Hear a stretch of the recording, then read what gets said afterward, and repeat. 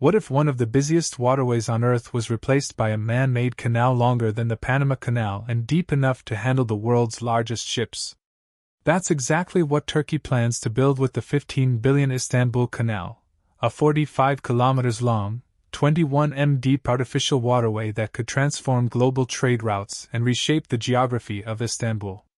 It's designed to handle up to 160 vessels per day, easing pressure on the dangerously overcrowded Bosphorus, where over 43,000 ships pass each year. But this isn't just about traffic. Entire forests, farmlands, and even two of Istanbul's main drinking water reservoirs would be wiped out. Earthquakes, rising seas, and political backlash only adds to the controversy.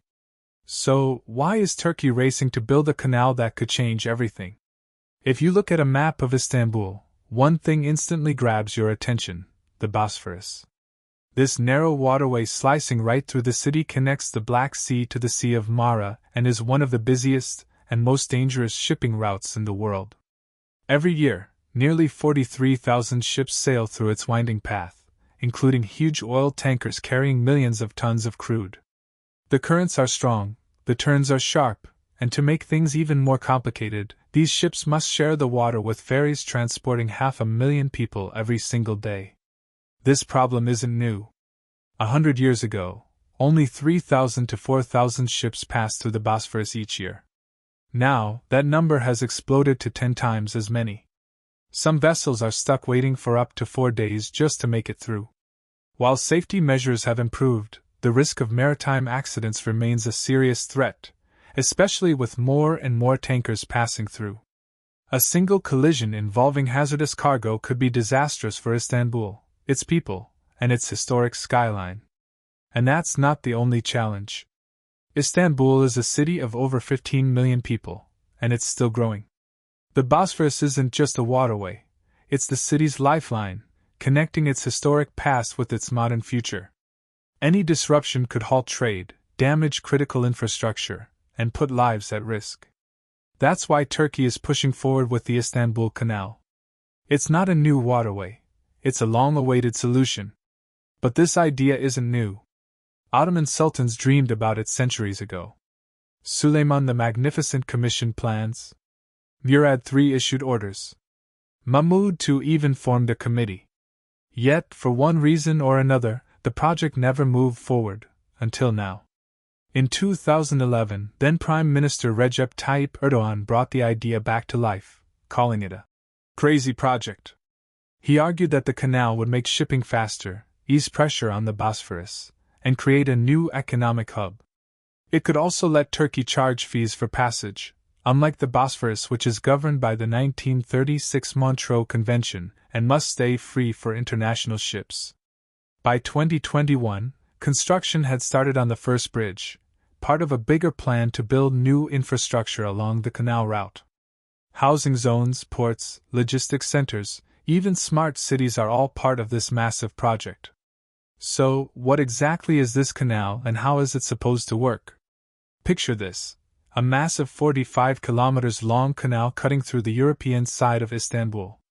It would begin at Katalka Lake near the Marmara Sea and stretch through districts like Avcılar, Basaksehir, and Arnavutköy before finally reaching the Black Sea.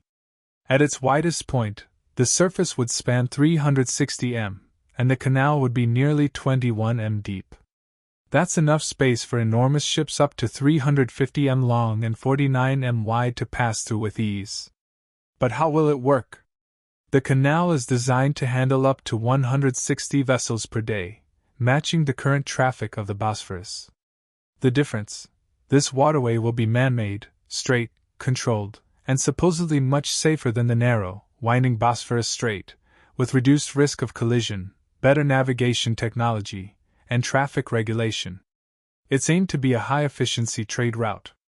And it's not just the canal itself. To support this massive project, engineers have planned earthquake-resistant residential areas, artificial islands made from the excavated soil, and a giant container port near the Black Sea. The amount of earth that will be moved is staggering. Over 1.5 billion cubic meters of soil will be dug up and relocated during construction. These islands may even serve as luxury real estate or tourism zones, boosting the canal's economic appeal. Bridges are another key part of the project. Around 6 of them will connect both sides of the canal, ensuring smooth transportation. Each bridge is designed to accommodate major highways and include pedestrian lanes while also leaving enough clearance for the tallest ships. New highways, railways, and metro lines will also be added, turning the area into a major transportation hub. So, what's the price tag? The canal alone is expected to cost between 10 to 15 billion. But with all the extra infrastructure, ports, bridges, tunnels, smart cities, the final bill could easily exceed 25 billion. Construction is expected to take 7 years, employing nearly 10,000 workers at its peak. But how will Turkey pay for it all? Through a build-operate-transfer model and public-private partnerships. The government hopes to bring in $8 billion annually from transit fees and land development. But not everyone's convinced because beneath the impressive numbers and steel structures lies a mountain of problems. So, what's the controversy? Let's start with the environment. The Istanbul Canal wouldn't only reshape the land, it would devastate it. It would tear through forests, wetlands, and farmlands, cutting down over 200,000 trees in its path. But that's not all. 2 of Istanbul's major reservoirs, Sazlıdere and Turkos, would be lost forever. These reservoirs supply up to 40% of the city's drinking water. Without them, millions could face water shortages. And it gets worse. Experts warn that salty seawater could seep into underground freshwater supplies, making the land undrinkable.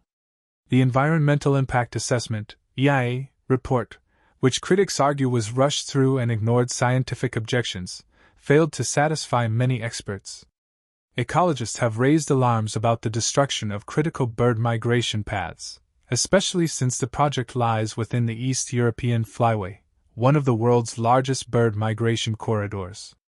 Disrupting this route could affect hundreds of species, including endangered ones that nest in the wetlands and forests the canal would destroy.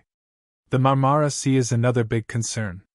This body of water is already struggling with pollution and rising temperatures. The canal could make things even worse by disrupting currents and increasing salinity. Scientists feared that mixing waters from the Black Sea and the Marmara could bring deeper, oxygen-depleted layers to the surface, potentially triggering marine die-offs. Some even warn of a foul-smelling gas, hydrogen sulfide, rising from the sea, making the air smell like rotten eggs and posing health risks to nearby communities. Then there's the threat of earthquakes. The canal would cut through unstable soil, the kind that can turn to liquid during a quake. That's a disaster waiting to happen. Experts from Istanbul's Chamber of Geological Engineers have warned that the canal's alignment crosses active fault zones and could worsen seismic activity. And here's another problem. New settlements will likely pop up along the canal, bringing even more people into harm's way. If a major earthquake strikes, the destruction could be even deadlier than before. And what about geopolitics? That's where things get even more complicated. The canal could bypass the 1936 Montreux Convention, which controls military ship movement through the Bosphorus. Right now, that agreement limits warships from non-Black Sea countries like NATO to prevent conflict in the region.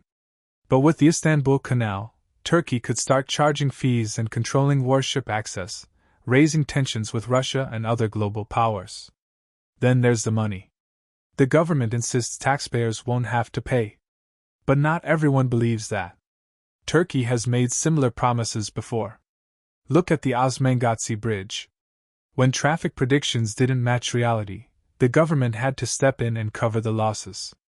If ships choose the free Bosphorus instead of a costly canal, Turkey could be on the hook for billions through guaranteed payments to private operators.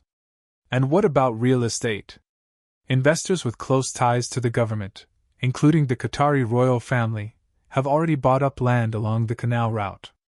They're betting that property prices will skyrocket.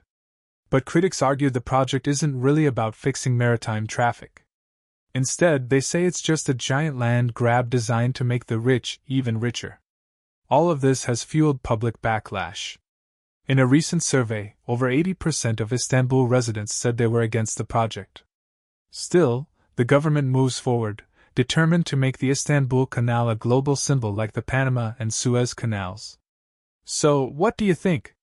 Visionary infrastructure or vanity project? Let us know in the comments. Don't forget to like, subscribe, and hit the bell icon so you never miss a story about the world's most ambitious megaprojects.